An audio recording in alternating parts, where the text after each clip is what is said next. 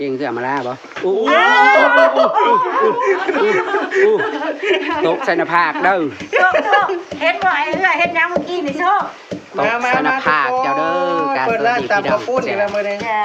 เราจะส่งป้าบูอันชาวบ้านนี่ก็ว่าสบายดีพี่น้องพบกันต่อจ้าตามไปแล้วเหรอจ้าชาวบ้านว่าเธอน่ะเปิดร้านตับนะคือได้เอื้ออัปเดตพี่น้องก้องกายหายดีเป็นปกติแล้วจ้าเศร้าแล้วไอ้โชคเศร้าแล้วโอ้ยเศร้าเด้อบัดนี้เด้อเงินก็เข้าไปทางใดกันโบเป็นอันนี้โรคกำเริบจนไปสวรรค์พ่อพี่น้องเลยหายใจบ่ออกหอบหืดขึ้นเคยเอาหวานหอมให้ยำอยู่บ่ลองเบิ่งเด้อคันมันขึ้นบัดนี้แหละหัวหวานหอมนั่นมันคันมันสิกินบ่คันบ่กินแล้วบดใส่เป็นน้ำบ่แม่นได้อันนี้นะอันนี้นะบ่แม่นบ่ของคอยที่ปากบ่คอยอันนั้นรสแปดคันมีแล้วหัวมันน่ะนะหวานหอมเฮาหวานหอมเฮานี่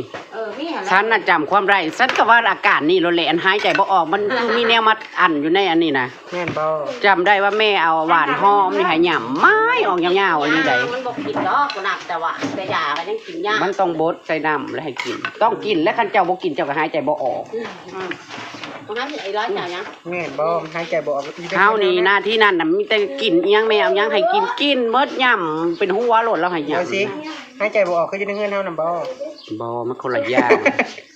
นั่นใดมันก็หาบ่ออกมันบ่ได้แม่นว่ามันตันในหูดังมันอยู่มองหัวใจพี่ซะว่าเฮ็ดได้มันก็บ่ออกมันบ่ได้มีขี้มูกมันบ่ได้มีอีหยังมันหัก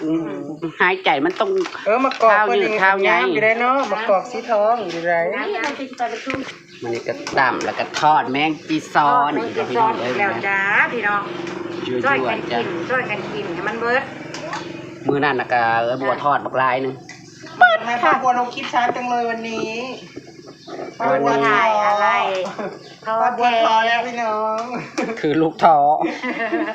อะไรถือทำไมลูกท้อไม่ใช่ลิงนะจะไปถือลูกท้อทำไมมันจะมีบ้างในการทำคลิปเห็นบ่บัวทอดจากไหนพี่น้องเอ้ยเงินขึ้นเป็นอะไรความรู้สึกบัดนี้ความรู้สึกเป็นไรบ้างว่าอันถ่ายคลิปนะมือจ้ารู้ซึ้งเลยเมื่อก่อนหายเจ็บเราเวลาเราถอดเราไปจะถ่ายคลิปนะมันจริงอ่ะยังกระเดือกกระดอกถ่ายไปโลดเห็นยังกับถ่ายว่ะพอได้มาเฮ็ดเลยมาหูกับเจ้าของนะบัดนี้น้องหูแล้วจ้าไปนี่ละจ้าแต่ความรู้สึกของน้องๆกับไปจ้าตอนนั้น FC อยู่จ้าแต่ก็คิดฮอด FC น่ะถ่ายยังน้อ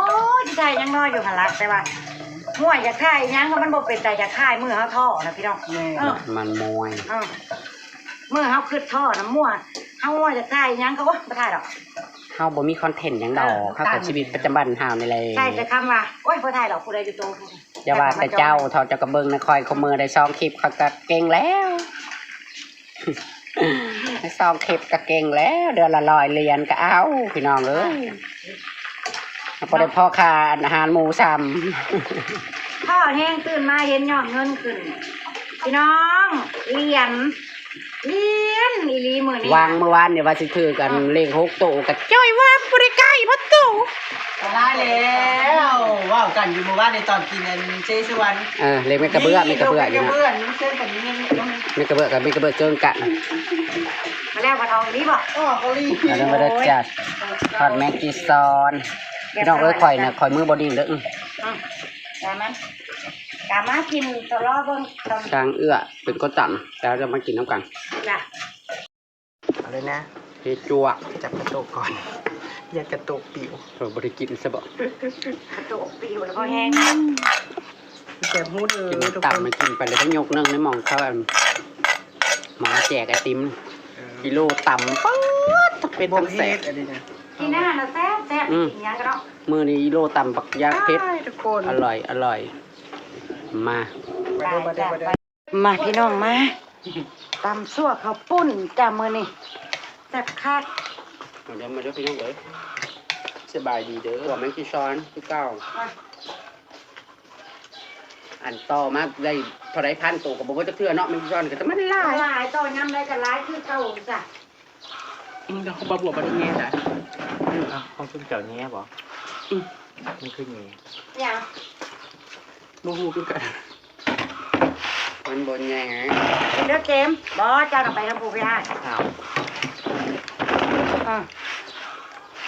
นี่มันแซ่บไม่กี่ซ้อนนี่ก็ได้พี่น้องเคยกินแล้วก็กินไปกินมากอ่ะ คือวันน่ะละ ฮะ ห้ามน่ะอันกินไปทั้งๆน่ะว่าสิหยุดก็คือก็อยากยิบเข้าปากผัดว่า นั่นแล้ว เอากินไปเรื่อยๆมันว่าแล้วก็หยุดบ่ได้ กินได้หยุดไม่ได้หรอก มื้อน่ะ มันนั่งตื่นนั่งบ่ได้กินนะคะ นั่ นั่ ง ง อา กับ ด ตาอย่างเงี้ยว่ะ นั่งอาดกับบ่กินคนมันง่ามเขาบ่กิน คือห้าว่าแซ่บนะเว้ย เฮาขี้ร้าย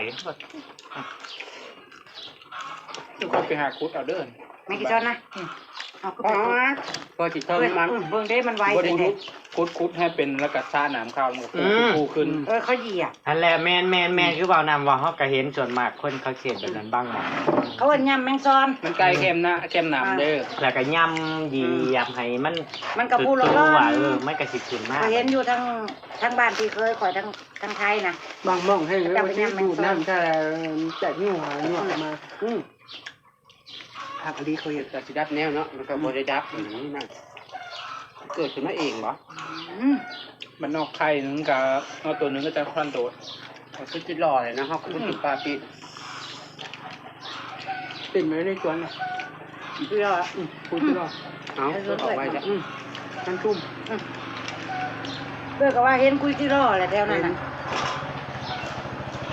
มองได้รูปแบบนี้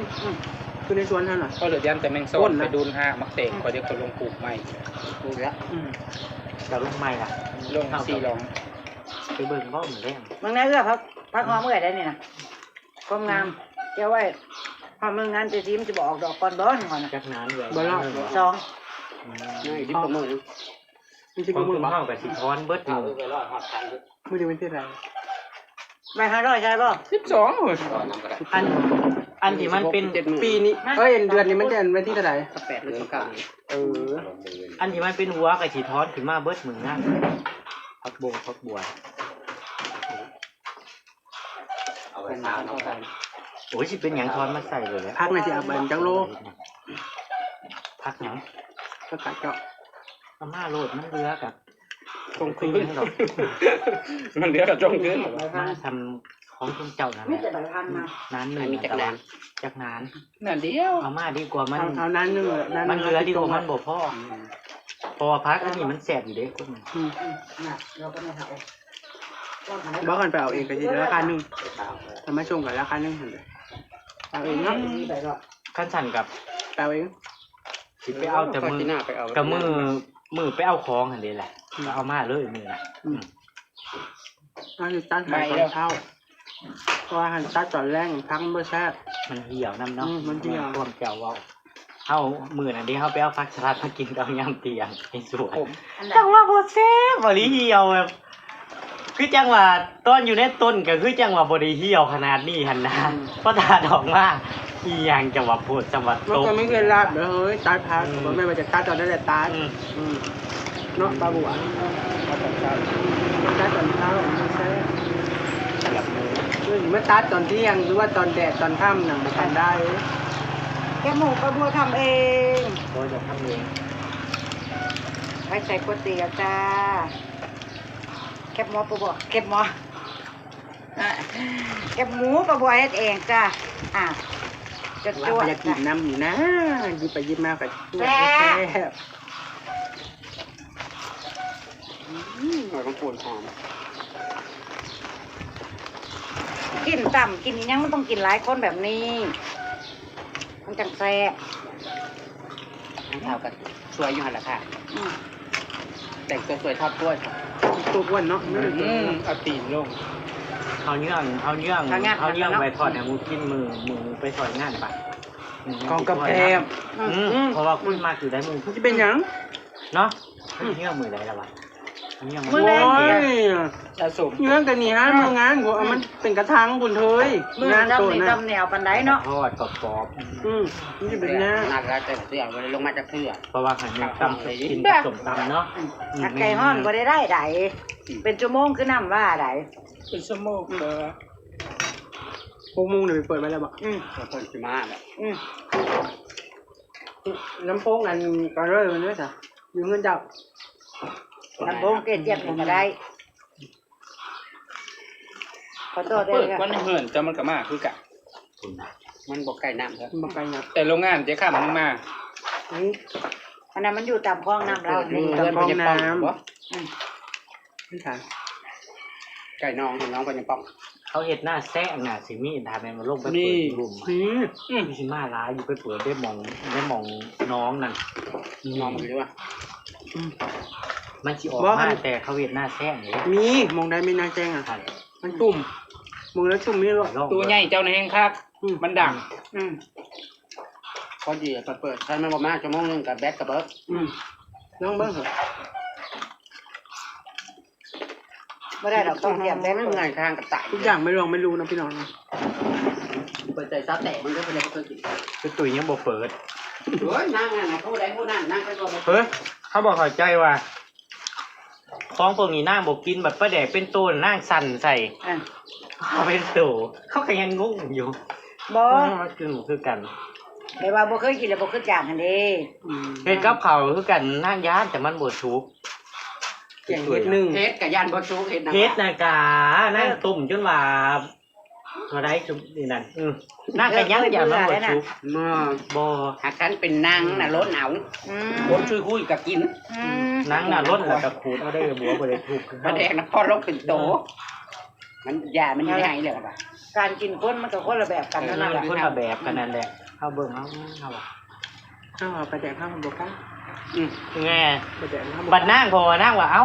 มันอีนั่นแล้วนางว่าเขาเอาใส่อยู่ได้หายมันอีนั่นแล้วนางว่า บวกชูคือก้าวแล้วเนาะ คันว่าปืนเชื้อโรคมั่งมุมอยู่ในให้ปานใดมันก็บ่ตายได้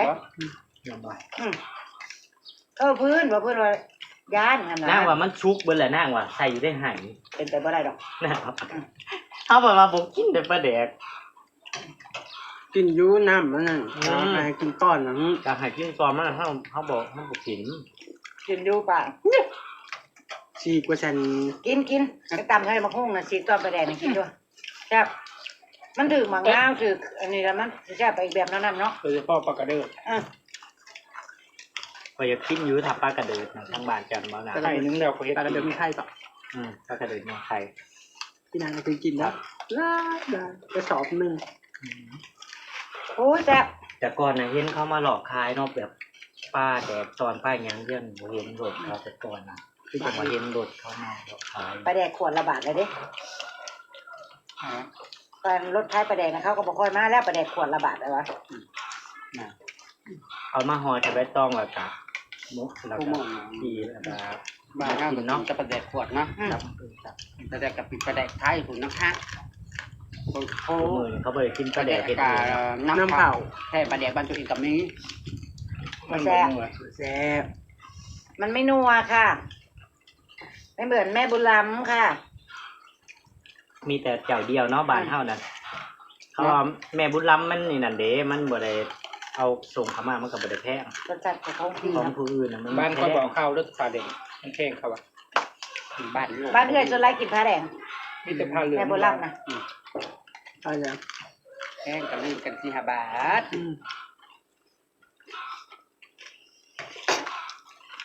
ก็14,000หรือ12,000หรือบ้าง จำนานกับจังหวัดแพง ตลาดเมืองคงหาซื้อบ่ได้เด้อปลาแดก ผ้าแดง5เอื้อย30 บาทก็แต่กับบ่ได้เด้อบ างย่างกับแท่งแล้วบางบัวบ้านเพิ่น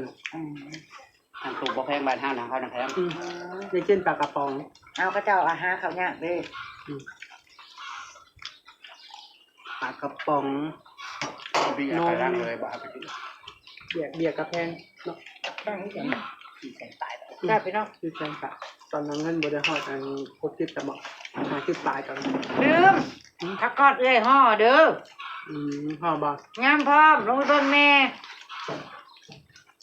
มันเป็น พูดว่าอวดอีได้พี่น้อง มันเป็นกล้องออกเลยบ่ เอาไว้สิปลูก จ้องมึงได้เฮ้ย พักตัวดอกกุหลาบนะมีจะปลูกอยู่ บัดนี้บอกพี่เบิ่งน้องแน่บ่แม่นยิงปลาเลยบ่ ผมแม่นมีไปเองบ่ถูกไหม ลืมใส่ ยังอยู่บ่ อยู่ เดี๋ยวเรากินจากไปแล้วไป ยังอยู่บ่